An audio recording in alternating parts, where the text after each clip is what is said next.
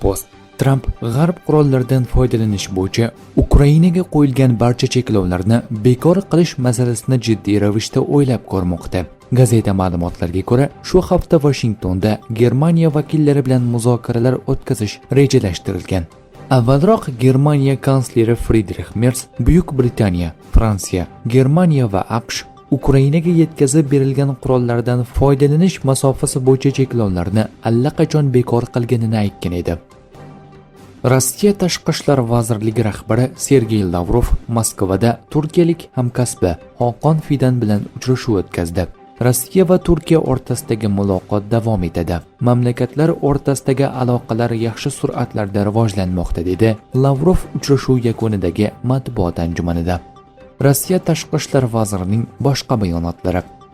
Prezident Vladimir Putin Turkiya Tashqi ishlar vaziri Xoqon Fidan bilan uchrashuvda qiyinchiliklarga qaramasdan Moskvaga qo'shma loyihalarni ilgari surish niyatida ekanini bildirdi.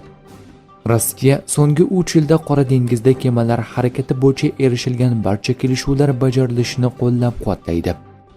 Ukraina bo'yicha tinchlik muzokaralarining muvaffaqiyati to'g'ridan-to'g'ri mojaroning sabablarini bartaraf etish imkoniyatiga bog'liq bo'ladi. Rossiya Qo'shma Shtatlarning Suriyaga nisbatan sanksiyalarni bekor qilganini olqishlaydi.